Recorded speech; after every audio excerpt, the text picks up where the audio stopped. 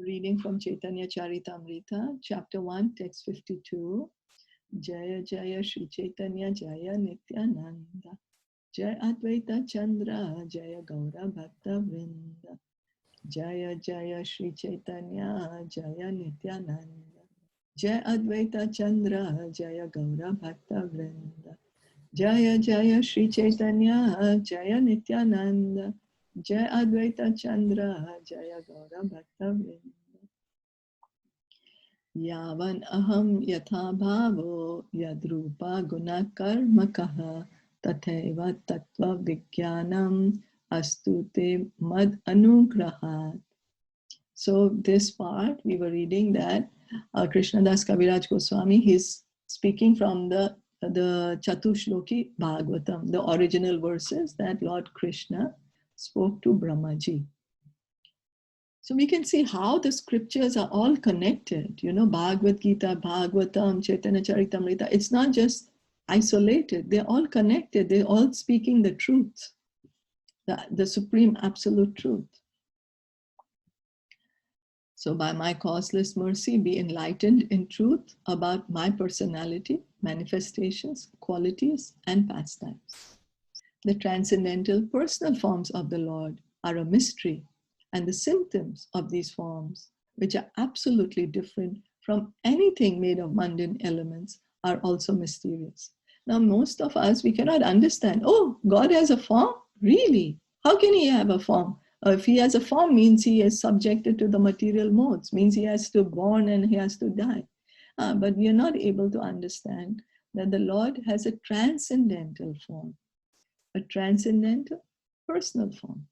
He's a person, as we are persons, but his form is transcendental.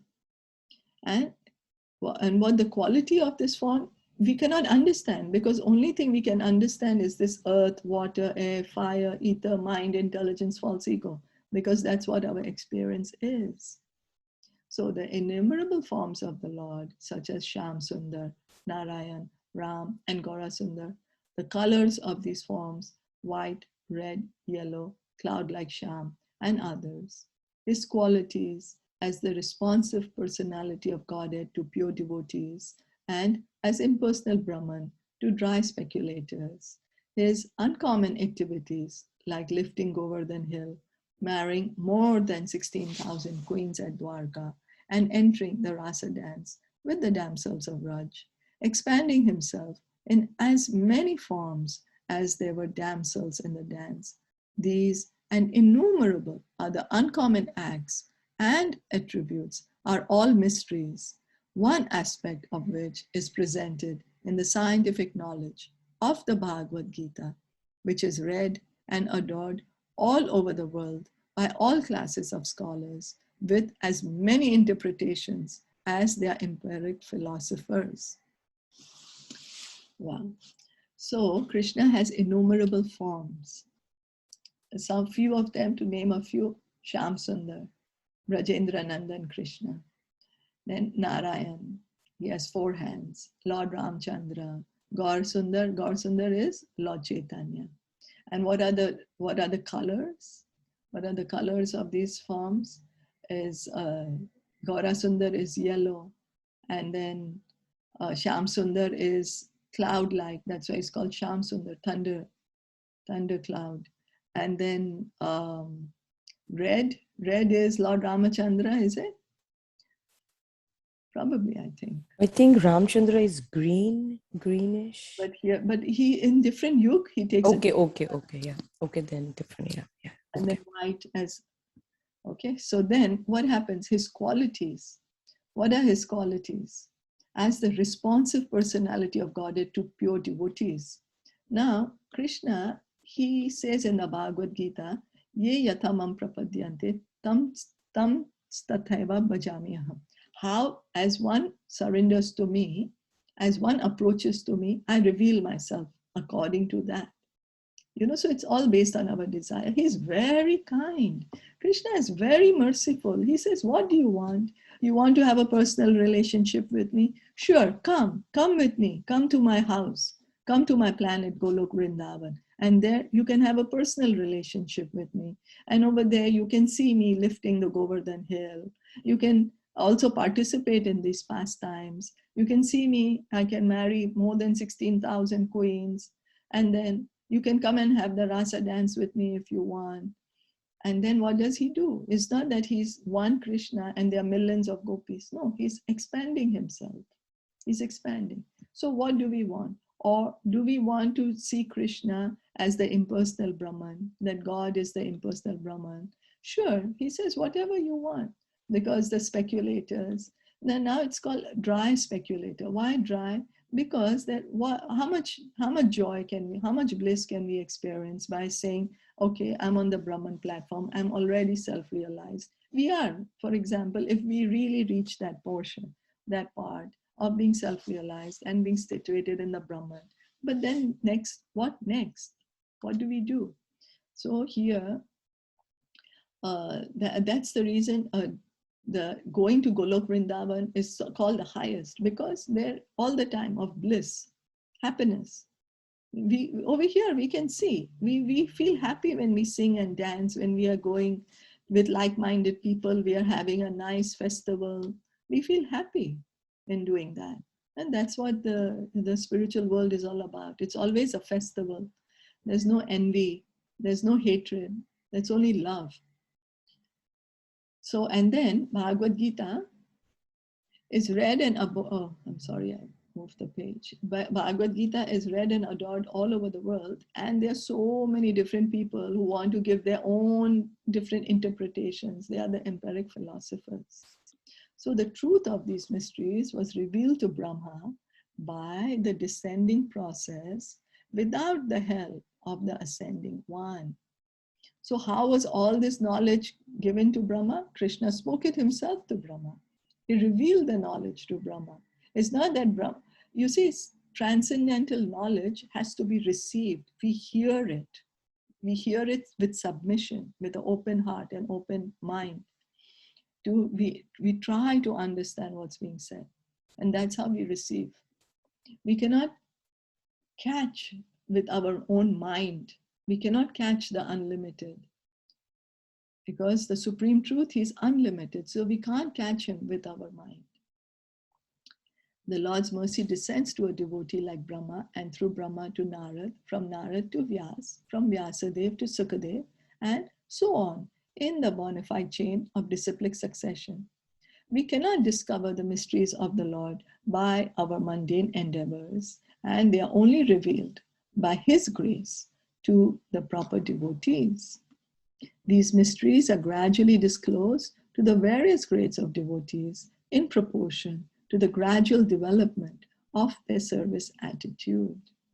So the more we become submissive, the more we want to understand Krishna, the more he reveals. The more we want to understand who is the ultimate truth, what is the ultimate truth. To that degree, the ultimate truth reveals himself. In other words, impersonalists who depend upon the strength of their poor fund of knowledge and morbid speculative habits without submission and service in the forms of hearing, chanting, and the others mentioned above, cannot penetrate into the mysterious region of transcendence, where the supreme truth is a transcendental person, free from all tinges of the material elements. Now this, in one sentence, Prabhupada is describing it so clear, it's so wonderfully, that if we just want to speculate by our own mind, by our own strength, we want to understand the supreme truth, the supreme Lord, we won't be able to understand. But whereas if we just try to hear from the authority, hear the instructions of the Lord in Bhagavad Gita. Bhagavad Gita is spoken by the Lord. So if we just try to hear with submission the instructions of the Lord in Bhagavad Gita, we try to hear from Bhagavatam, because all the Bhagavatam, what is the Bhagavatam? It is the commentary on the Vedanta Sutra. You know, what is the Vedanta Sutra? It's all the Vedas. All the Vedas, all the knowledge, the essence of all the knowledge is given in the Vedanta Sutra. And then the natural commentary, the cream of that knowledge, that is Srimad Bhagavatam. So if we just try to hear it with submission, oh, I don't understand anything, but let me try to hear, what will happen? What will happen is that we will be able to realize we can go to the mysterious region of transcendence. Mysterious region is a mystery. Nobody understands that there is a spiritual world, there are spiritual planets. And then what happens there? The supreme truth. The supreme truth. Everyone wants to understand, what is the supreme truth? The supreme truth, oh, he's a transcendental person. Oh, wow. He's a person. He's not just nothing, you know. The supreme transcendental truth is a person. And he's free from all tinges of the material elements. Means his body is not made of like our body is, of earth, water, air, fire, ether. He is not, his body does not born and die. No, he's transcendental. Discovering the mystery of the Lord eliminates the impersonal feature realized by common spiritualists who are merely trying to enter the spiritual region from the mundane platform. So this is the highest realization of the supreme truth, that the supreme truth is a person. Yeah. Any comments or questions? No. You know, because we are so used to the impersonal concept, you know. We are so used to, we might still say Krishna, Krishna, but he's a person. We forget that. You know, he has his qualities, he has his likes, he has his dislikes, he has his personality. And that's the absolute truth. When we say about the absolute truth, we get some vague idea, you know, I don't know what's the absolute truth. It's like maybe nothing, kind of, you know, or maybe some, I don't know. But the absolute truth is a person. And that is the verse of Bhagavatam. There's one verse of Bhagavatam that the supreme absolute truth, the learned transcendentalists who know the absolute truth call this non-dual substance Brahman, Paramatma, or Bhagavan. So the Bhagavan realization is the highest realization. So we can stop here for today, for Caitanya Caritamrita. Okay. Thank you so much for joining in. Hare Krishna.